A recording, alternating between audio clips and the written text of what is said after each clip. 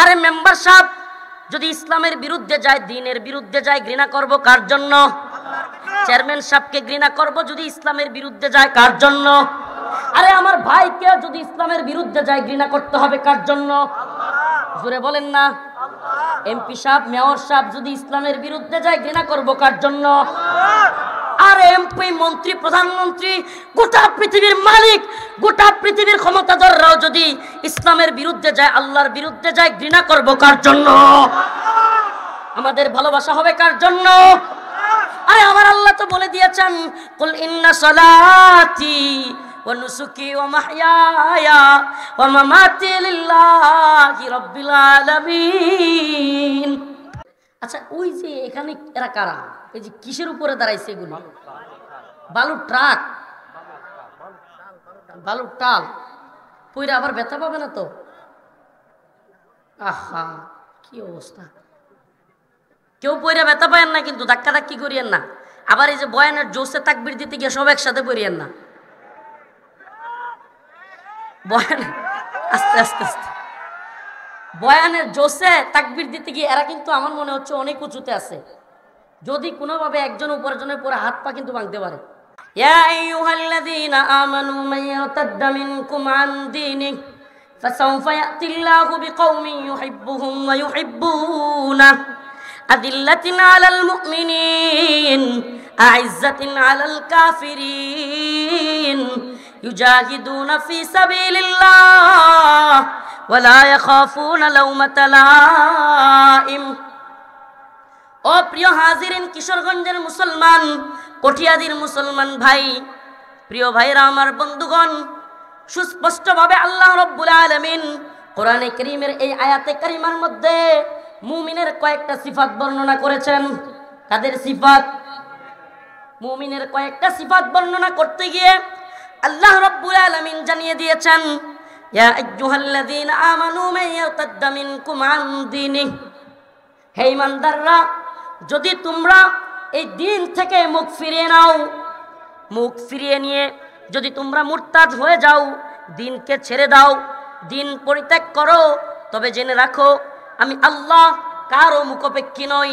কোনো দল যদি মনে করে আমার দলের জন্যই ইসলাম টিকে আছে, কোনো মতবাদ যদি মনে করে এই মতবাদ ছাড়া ইসলাম টিকবে না, কিংবা কোনো পীর যদি মনে করে তার পীরগিরি ছাড়া ইসলাম চলবে না, কোন শায়েখ যদি মনে করে তার মতবাদ ছাড়া ইসলাম টিকবে না, তবে আল্লাহ বলেন না না না না না, ফাসাউফা ইয়াতিল্লাহু বিকওমিন ইউহিব্বুহুম ওয়া ইউহিব্বুনাহু। আল্লাহ বলেন না না না, যদি ইসলামকে তোমরা নিজেদের সম্পত্তি মনে করো কিংবা ইসলাম ছেড়ে দিয়ে ধর্ম ত্যাগ করে চলে যাও, তবে জেনে রাখো আমি তোমাদের পরিবর্তে, তোমাদেরকে চেঞ্জ করে, তোমাদের বদলে আরেক দলকে নিয়ে আসবো। ফাসাউফা ইয়াতিল্লাহু বিকওমিন ইউহিব্বুহুম ওয়া ইউহিব্বুনাহু। আল্লাহ বলতেছেন তাদের সিফাত হবে, তাদের গুণ হবে, আর তাদের পরিচয় হবে, তারা আমাকে ভালোবাসবে, আমিও তাদেরকে ভালোবাসবো। তাদের সিফাত কি হবে? কথা বলেন। এরা বলতেছে হুজুর 3 বছর পরে আসছেন, একটু দেখতেছি, আপনি কি বলতেছেন আসলে তেমন খেয়াল করতেছি না। দেখছেন আমি কি এতগুলো মানুষ, কথার সাথে তো কোনো আওয়াজ মিলতেছে না, তাইলে একটু মাইক সরাই দিই, দেখেন আজকে একটু। হ্যাঁ, তাহলে কথার সাথে তো কথা বলতে হবে। এখানে তো মহিলা না যে জবানো পর্দা আছে নাকি? কথা বলিয়েন একটু, নাকি দেখবেন কিছুক্ষণ? আপনার ক্যামেরা আর জাম হচ্ছে, তাও কার কথা বলিয়েন না। অনেক সময় দিছি, অনেক আপনাদের পক্ষে বলছি। তো বলতেছি যে আপনারা কি আমার কথা শুনতেছেন? রিপ্লাই কোথায়? এতগুলো মানুষের রিপ্লাই তো নাই। আমি আয়াতে কারিমার আলোচনায় চলে গেছি। আল্লাহ বলতেছেন ইয়া আইয়ুহাল্লাযীনা আমানু মান ইয়ারতাদ্দা মিনকুম আন দীনিহি ফাসাউফা ইয়াতিল্লাহু বিকওমিন ইউহিব্বুহুম ওয়া ইউহিব্বুনাহু। আল্লাহ বলতেছেন যদি আমরা যারা আছি তারা যদি ধর্ম ত্যাগ করি, আল্লাহ বলতেছেন যদি ইসলাম ধর্ম ত্যাগ করে, ইমানদাররা যদি ধর্ম ত্যাগ করে দেয়, ধর্ম ছেড়ে দেয়, তবে আল্লাহ বলতেছেন আমি আরেকটা দলকে নিয়ে আসবো। ফাসাউফা ইয়াতিল্লাহু বিকওমিন ইউহিব্বুহুম ওয়া ইউহিব্বুনাহু, যারা আমাকে ভালোবাসবে এবং আমিও তাদেরকে ভালোবাসবো। আল্লাহ বলতেছেন আমিও তাদেরকে ভালোবাসবো, তারাও আমাদেরকে কি করবে? ভালোবাসা হবে কার জন্য? ঘৃণা করব কার জন্য? কথা বলে না। মান আহাব্বা লিল্লাহ ওয়া আবগাদা লিল্লাহ ওয়া আতা লিল্লাহ ওয়া মানা লিল্লাহ ফাকাদ ইসতাকমালাল ঈমান। আরে ভালোবাসা হবে কার জন্য? মান আহাব্বা লিল্লাহ, ভালোবাসা কার জন্য? ওয়া আবগাদা লিল্লাহ, কাউকে ঘৃণা করব কার জন্য? আরে মেম্বার সাহেব যদি ইসলামের বিরুদ্ধে যায়, দ্বীনের বিরুদ্ধে যায়, ঘৃণা করব কার জন্য? চেয়ারম্যান সাহেবকে ঘৃণা করব যদি ইসলামের বিরুদ্ধে যায়, কার জন্য? আরে আমার ভাইকে যদি ইসলামের বিরুদ্ধে যায়, ঘৃণা করতে হবে কার জন্য? জোরে বলেন না। এমপি সাহেব, মেয়র সাহেব যদি ইসলামের বিরুদ্ধে যায়, ঘৃণা করব কার জন্য? আর এমপি, মন্ত্রী, প্রধানমন্ত্রী, গোটা পৃথিবীর মালিক, গোটা পৃথিবীর ক্ষমতাধররাও যদি ইসলামের বিরুদ্ধে যায়, আল্লাহর বিরুদ্ধে যায়, ঘৃণা করব কার জন্য? আমাদের ভালোবাসা হবে কার জন্য? আরে আমার আল্লাহ তো বলে দিয়েছেন, কুল ইন্না সালাতি ওয়া নুসুকি ওয়া মাহইয়ায়া ওয়া মামাতি লিল্লাহি রাব্বিল আলামিন। আরে আমার নামাজ, আমার রোজা, আমার কুরবানি, আমার হায়াত, আমার মৃত্যু সব হবে কার জন্য? আরে যার সব কিছু আল্লাহর জন্য, সে কি কোনো কাফের, তাগুত, জালিমকে ভয় করতে পারে? ভয় করব কাকে? ইন্নামা ইয়াখশাল্লাহা মিন ইবাদিহিল উলামা। আল্লাহ তো বলতেছেন উলামায়ে কেরাম একমাত্র কাকে ভয় করবে? আরে উলামায়ে কেরামের যদি তাগুতের ভয় থাকে, জালিমের ভয় থাকে, আমি তো বলবো তার ঈমান এখনো খাঁটি হয় নাই। আমার আল্লাহ ঈমানদারের সিফাত, আমার আল্লাহ রাব্বুল আলামিন আলেমদের সিফাত বর্ণনা করেছেন, ইন্নামা ইয়াখশাল্লাহা মিন ইবাদিহিল উলামা। আলেম ভয় করবে কাকে? কোন জালেমকে, কোন সরকারকে, কোন তাগুতকে? ভয় করতে হবে কাকে? আরো জোরে বলেন কাকে? চিল্লায়ে বলেন কাকে? একমাত্র ভয় করব কাকে? আল্লাহকে ছাড়া কাউকে ভয় করার কোনো টাইম নাই। ঠিক কি ঠিক না? আরে আল্লাহ তো শর্ত দিয়েছেন, তার মানে বোঝা যায় আলেম সে ব্যক্তি যে ব্যক্তি আল্লাহকে ভয় করে। আল্লাহকে ভয় না করে গায়রুল্লাহকে ভয় করে এমন ব্যক্তি আলেম হতে পারে না। লা গালিবা ইল্লাল্লাহ, আল্লাহ ছাড়া কোনো বিজয়ী নাই। ঠিক কি ঠিক না? প্রিয় হাজিরিন, আল্লাহকে যদি ভয় করেন, আল্লাহ অন্য এক আয়াতে আলেমদের পরিচয় দিচ্ছেন, হাল্লাস্তাবিল্লাযীনা ইয়ালামুনা ওয়াল্লাযীনা লা ইয়ালামুন। যারা জানে এবং যারা জানে না তারা কি সমান হতে পারে? তার মানে বোঝা গেল আলেম যারা জানে তারা কাকেই ভয় করবে? জোরে বলেন কাকে? অতএব গায়রুল্লাহকে ভয় করবে যারা, সরকারের দালালি করবে যারা, বুঝতে হবে এদের ভিতরে আল্লাহর ভয় নাই, গায়রুল্লাহর ভয় ঢুকে গেছে, এরা আলেম হতে পারে না। এই সমস্ত ব্যক্তিরা জাহেলদের চাইতেও জাহেলে মুরাক্কাব। প্রিয় হাজিরিন, ভয় করতে হবে কাকে? আল্লাহ পাক ভয় করনে ওয়ালা মুমিনদের কিছু সিফাত এই আয়াতে বর্ণনা করতেছেন। আয়াতে কারিমার মধ্যে আল্লাহ বলতেছেন, ইউহিব্বুহুম ওয়া ইউহিব্বুনা, আমিও তাদেরকে ভালোবাসবো, তারাও আমাকে ভালোবাসবে। এটাই হলো মুমিনদের খাঁটি সিফাত। ঠিক কি ঠিক না? আদিল্লাতিনা আলাল মুমিনিন, তৃতীয় নাম্বার সিফাত বলতেছেন। এক নাম্বার হলো আল্লাহকে ভালোবাসবে, আল্লাহ বলতেছেন আমিও তাদেরকে ভালোবাসবো। 3 নাম্বার সিফাত হলো আদিল্লাতিনা আলাল মুমিনিন, মুমিনদের প্রতি দয়া পরশ হবে। মুমিনদের প্রতি কি হবে? এক মুমিন আরেক মুমিনের সাথে সম্পর্ক কি থাকবে? ভ্রাতৃত্বপূর্ণ। কোনো আলেমকে অন্য আলেম কোনো কথা বলে ফেললেও ক্ষমা সুন্দর দৃষ্টিতে দেখতে হবে। এক মুমিন ভাই কিছু বলে ফেলছে, সেটাকে ক্ষমা সুন্দর দৃষ্টিতে দেখতে হবে। আমাদের কঠোরতা, আমাদের ভয়াবহতা, আমাদের আশিদ্দা একমাত্র কুফফারদের জন্য। কোনো মুমিনকে মারা, হত্যা করা, এটাকে হারাম করা হয়েছে কি হয় নাই? এক মুমিনের জন্য অন্য মুমিনের জান, মাল, রক্ত সবকিছু হারাম করা হয়েছে, সম্মান, ইজ্জত সব হারাম করা হয়েছে। অতএব জমি সংক্রান্ত ঝগড়া কিংবা বিভিন্ন ঝগড়া, আরে আপনি এক শায়েখকে পছন্দ করেন, আরেকজন আরেক শায়েখকে পছন্দ করে, বাস আপনার শায়েখের বিরুদ্ধে কেউ কিছু বলছে, আপনি গালাগালি শুরু করে দিচ্ছেন। এটা করবেন না, এটা করবেন না। প্রিয় যুবক ভাইয়েরা, আপনাদেরকে বলি, এটা করবেন না। আপনি বুঝতেছেন না, সেই হিটলারের প্রপাগান্ডা মেশিন এখনো চলতেছে। এরা আজও প্ল্যান করে ডিভাইড অ্যান্ড রুল প্লে করে আপনার আমার মধ্যে, উলামায়ে কেরামের মধ্যে বিভিন্ন দ্বন্দ্ব, বিভিন্ন ফিরকা তৈরি করে সুকৌশলে, আরে এটা এদের কৌশল না, এটা আমেরিকার র্যান্ড কর্পোরেশনের কৌশল। এই কৌশল গোটা বিশ্বব্যাপী এরা ছড়িয়ে দিয়ে আলেমদের মধ্যে বিভিন্ন ফিরকা তৈরি করে, এমনকি আমাদের এই জাতির মধ্যে, মুসলিম উম্মার মধ্যে ফাটল তৈরি করে দিয়ে এই রুল প্লে করে ওরা এক ধরনের ডায়লগ তৈরি করেছে বাংলায়, যেটার অর্থ হলো মুসলিমদের মধ্যে বিভেদ তৈরি করো, আরামসে শাসন করো। বিভেদ তৈরি করো, আরামসে শাসন করো, বাস। আজকে জাহেলের দল। আমি তো প্রায় প্রোগ্রামে বলতেছি, বর্তমান বিশ্বের যে সমস্ত ব্যক্তিরা শাসন ক্ষমতায় আছে, অবাক হয়ে যাবেন বললে, হুজুর ছোট মানুষ কি বলে। আমার এদেরকে দেখে মনে হয় এক পাল ভেড়া ছিলেন তো, এক পাল ভেড়া পালার যোগ্যতা এই সমস্ত ব্যক্তিদের নাই। এদের অবস্থা এতই জাহেল, এদের কথাবার্তা শোনার মতো রুচি কোনো সুস্থ বিবেক সম্পন্ন মানুষের থাকে না। এরা আজকে বিশ্ব শাসন করে, হায় রে পাগলের দল। এটার কারণ কি? হাসেন। এটার কারণ হলো আজ যোগ্য ব্যক্তিরা চামচা হয়ে গেছে। আমি মাঝে মাঝে জেলখানায় বসে বসে টেনশনে পড়ে যেতাম, একলা একলা থাকতাম তো রুমে, বিভিন্ন টেনশন আসতো।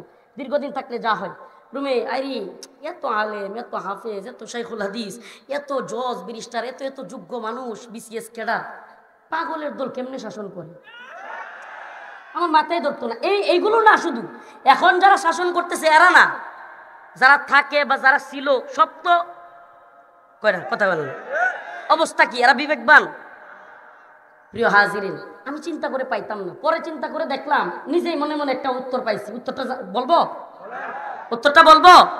উত্তর পাইছি, যে দেশের প্রধান বিচারপতি থেকে নিয়া, যে দেশের বিচারপতিরা চামচা, যে দেশের আমলারা চামচা, যে দেশের পুলিশ চামচা, যে দেশের উকিল চামচা, যে দেশের বক্তা চামচা, যে দেশের শাইখুল হাদিস চামচা, যে দেশের কি বলে মুফতি চামচা, যে দেশের সবচেয়ে বড় মসজিদের ইমাম খতিব চামচা, সে দেশে এদের চাইতে ভালো শাসক কোত্থেকে আসবে?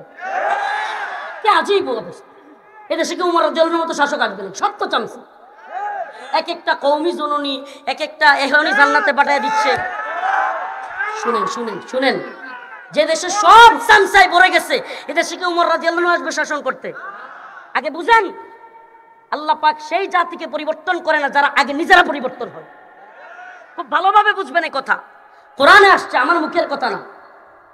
আল্লাহ পাক আগে বলছেন আমাদেরকে পরিবর্তন হতে, তারপরে আমাদের শাসকরা পরিবর্তন হবে। নিজেকে পরিবর্তন করতে হবে। লিমা তাকুলুনা মা লা তাফআলুন, ওই কথা কেন বলো যা নিজেই করো না। আজ আমাদের অবস্থা এমন হয়েছে, হালত এমন হয়েছে, ছোট্ট থেকে ছোট্ট একটা চাকরির জন্য, ছোট্ট থেকে ছোট্ট একটা কিছু কাজের জন্য এমন এমন ফাসেক জালেমের, ইয়াবাখুর, মদখুর, ঘুষখুর, আমি জানি, আমি ইমাম সাহেব হইয়াও তার চামচামি করি, আমার একটু ফায়দা হবে। আশ্চর্যজনক কথা, এটা বুক ফেটে যাওয়ার মতো অবস্থা। কি হয়েছে? মাদ্রাসায় ৫,০০০ টাকা দান করবে, এজন্য ঘুষখুরের পিছনে ছুটছে হুজুর। বাহ, মাশাআল্লাহ। আপনি তো ছুটছেন না, আপনি ঘুষখুরের লাইসেন্স দিচ্ছেন।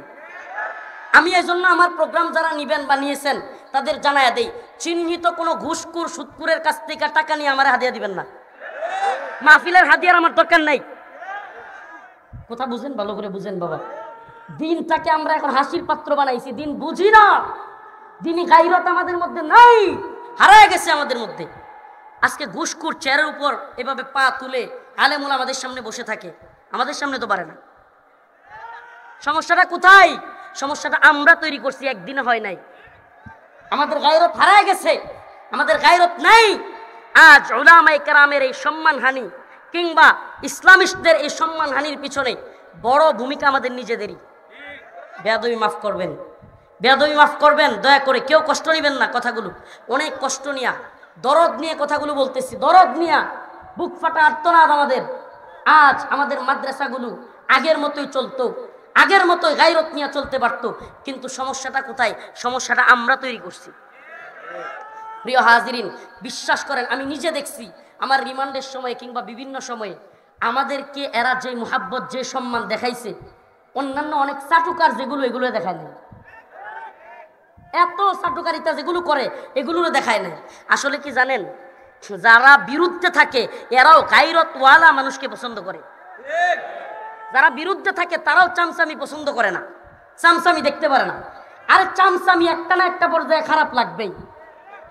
বিশ্বাস করবেন কিনা, যদিও আমাদের কাছে নোবেলের কোনো দাম নাই, নোবেল পুরস্কার এগুলোর কোনো মূল্য আমাদের কাছে নাই, কিন্তু যদি চামচামির জন্য নোবেল পুরস্কার থাকতো সত্যি সত্যি বাঙালির কেউ পিছনে ফেলতে পারত না। এটা আমি চ্যালেঞ্জ করে বলে দিতে পারি, লিখে নেন যে বাঙালিকে চামচামির জন্য যদি কোনো নোবেল পুরস্কার থাকতো বাঙালিকে কেউ পিছনে ফেলতে পারতো। এমনকি 1 থেকে 100 পর্যন্ত সিরিয়াল সব বাঙালি থাকতো। এত চামচা এই কথা বলিয়েন না, এত চামচামি আমরা শিখছি।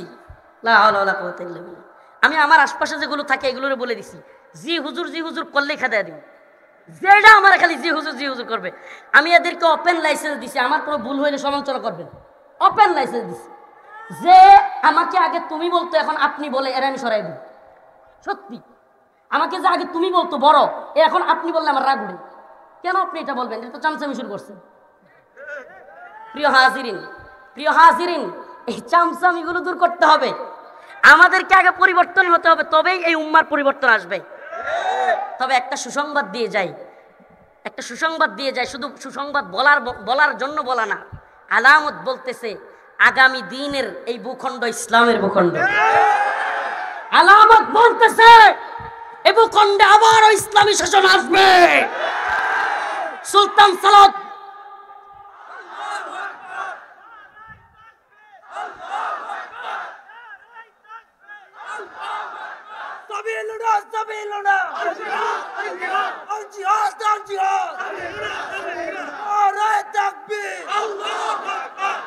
প্রিয় হাজিরিন, স্লোগান যারা ধরবেন তাদেরকে 2টা স্লোগান শিখাই দেয়। আমার সাথে পারবেন তো?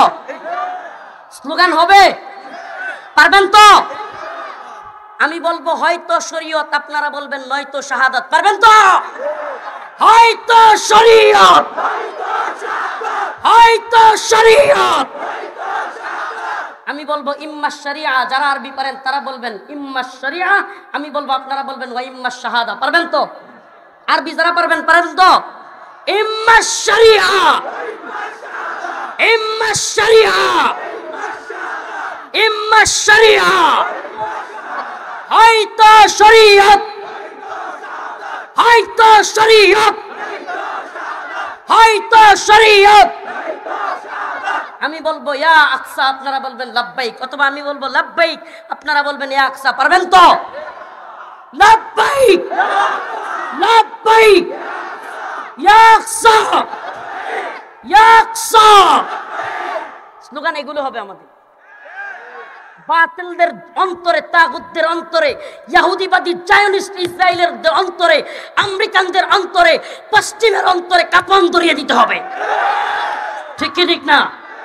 রাজি আছেন তো ইনশাআল্লাহ? আবারও হয়তো শরীয়ত। এরা কারা মুখ বন্ধ রাখছে? শরীয়ত চায় না। শরীয়ত যারা চায় না আমার মাহফিল শোনার দরকার নেই, বের হন। ইসলামী শরিয়া অনুযায়ী ভূখণ্ড আবার শাসন হবে। কোন তন্ত্রমন্ত্রের শাসন আমরা মানি না, মানব না। আমাদের এই ভূখণ্ডে ইসলামী শাসন লাগবে ইনশাআল্লাহ। হয়তো শরীয়ত, হয়তো শরীয়ত, ইম্মা শরিয়া, ইম্মা শরিয়া, হয়তো শরীয়ত। মাশাআল্লাহ, মাশাআল্লাহ বলেন। এই স্লোগানগুলো ধরায় দিতে হবে। আর এই জিহাদ জিহাদ জিহাদ চাই, জিহাদ করে বাঁচতে চাই, এই স্লোগান বাদ দিতে হবে। জিহাদ করে বাঁচার তামান্না থাকলে লাভ হবে না এই জিহাদে। জিহাদ করে শাহাদাতের তামান্না মনে রাখতে হবে। ঠিক কি ঠিক না? প্রিয় হাজিরিন, আরেকটা স্লোগান ধরবেন। আমি বলবো খাইবার খাইবার ইয়া ইয়াহুদ। যারা পারেন এরা বলবেন জাইশু মুহাম্মদ সাউফা ইয়াউদ। 10 জনে পারলেও বলবেন। পারবেন তো? জাইশু মুহাম্মদ সাউফা ইয়াউদ। পারবেন তো? খাইবার খাইবার ইয়া ইয়াহুদ। এটা একটু কঠিন হয়ে গেছে। আচ্ছা ঠিক আছে, আবার শরীয়তের স্লোগান, ঠিক কিনা? আমরা কোরআন সুন্নাহর শরীয়ত অনুযায়ী শাসন চাই। ঠিক কি ঠিক না? আমাদের শাসন, আমি তো গজলের মধ্যেই বলেছি কোরআন আমাদের পথ নির্দেশিকা, ঠিক কি ঠিক না? রাসূল আমাদের কমান্ডার, কোরআন মোদের পথ নির্দেশিকা, ঠিক কি ঠিক না? তাহলে আমরা আদিল্লাতিন আলাল মুমিনিন, মুমিনদের প্রতি কি হব? সদয় হব। একে অপরকে গালিগালাজ বন্ধ করেন প্লিজ।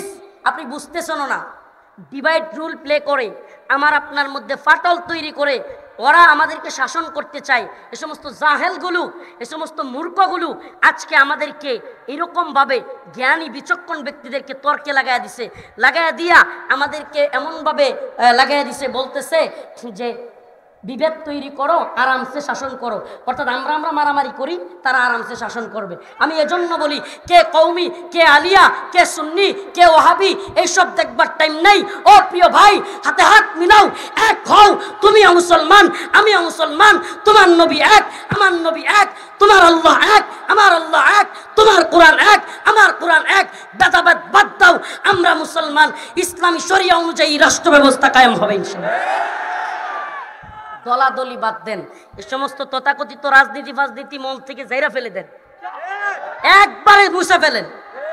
এদের এক দলের দান্দা হইল দাঁতে দাঁত কামড়ায় যেমনি পারে ক্ষমতায় থাকি, আরেকটার দান্দা হইল যেমনি পারি 15 বছর তোরা খাইছিস, এবার আমাদেরকে দিন,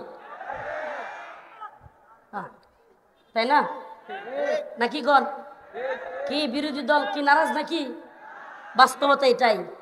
আপনারা শুনেন, আপনারা কে কি বলবেন দেখবার টাইম নাই। এই আয়াতের শেষের অংশে এটা আছে, ওয়ালা ইয়াখাফুনা লাউমাতা লাইম, এটা পরে আসতেছি। আমরা নিন্দুকের নিন্দার পরোয়া করি না। কোন পক্ষ, এই পক্ষ সরকার পক্ষ না বিরোধী পক্ষ না অমুক পক্ষ তমুক পক্ষ কষ্ট পাবে, নারাজ হবে, আমাদেরকে কি বলে এই ঘৃণা করবে বা বিদ্বেষ চড়াবে কিংবা নিন্দা করবে, এটার পরোয়া আমরা করে কথা বলি না। বাস্তবতা কি? বাস্তবতা এটাই, একদল যেমনে পারে দাঁত কামড়ায় থাকতে চায়, আর একদল বলে 15 বছর থাকছেন, এবার আম করে দিয়ে কিছু খাই, পেট তো খালি হয়ে গেছে। এই খাই খাই খাই খাই অবস্থা থেকে আমাদেরকে নিজেদেরকে সেফ রাখতে হবে। মনে রাখতে হবে, কোরআন সুন্নাহ ব্যতীত, শাসন ব্যবস্থা ব্যতীত আমাদের মুক্তি, কামিয়াবি, সফলতা আসবে না। আজ আফগানের দিকে তাকিয়ে দেখেন, 2 থেকে 2.5 বছর সময়, 21 সালে আমরা যখন ভিতরে, তখন স্বাধীন হওয়া রাষ্ট্র। আজ গোটা পৃথিবীর সবচাইতে পাওয়ারফুল মুদ্রা হল আফগানি মুদ্রা। আপনি বুঝতে পারেন এটা? 50 বছর স্বাধীনতার সুবর্ণ জয়ন্তী, এই সেই উন্নয়নের জোয়ারে বাড়ছে দেশটা, এই সেই বলেন কি করছেন আপনারা? দিন শেষে দেখা কি যায়? দিন শেষে দেখা যায় আফগানি মুদ্রা আমাদের চাইতে অনেক আগায় গেছে, প্রযুক্তির দিক থেকে অনেক আগায় গেছে।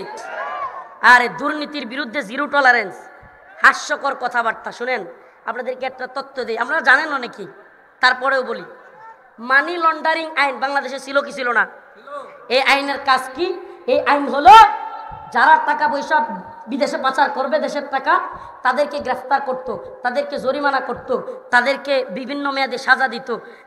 যেমনি রিজার্ভের মধ্যে টান পড়ছে, এই যুবকরা, এই যুবক ভাইরা, এই যুবক ভাইরা চুপ থাকেন। যেমনি রিজার্ভের মধ্যে টান পড়ছে, রিজার্ভ বাংলাদেশের রিজার্ভে যেমনি টান পড়ছে, এমনি কয় কি কয়, যারা পাচার করছেন তারাও যদি দেশে টাকা পাঠান, কিছু প্রাণাদুনা দিয়া গ্রহণ করা হবে, এখন আর অ্যারেস্ট করা হবে না। কি মজা না? দেখছেন কেমনে বলছিল? এই হলো মানবরচিত আইনের অবস্থা, এবং এই হলো এদের স্বার্থান্বেষীদের অবস্থা। প্রিয় হাজিরিন, অতএব দুর্নীতির বিরুদ্ধে জিরো টলারেন্স বলা, এটা এদের মুখে কথাগুলো হাস্যকর। আসলে এদের কোনো নীতি নৈতিকতা নাই। এদের সব নীতি নৈতিকতা সব কিছু পরিত্যাগ করে এদের একটাই কাজ, ক্ষমতায় থাকতে হবে, খাইতে হবে, পেট পূজা আর পকেট পূজা।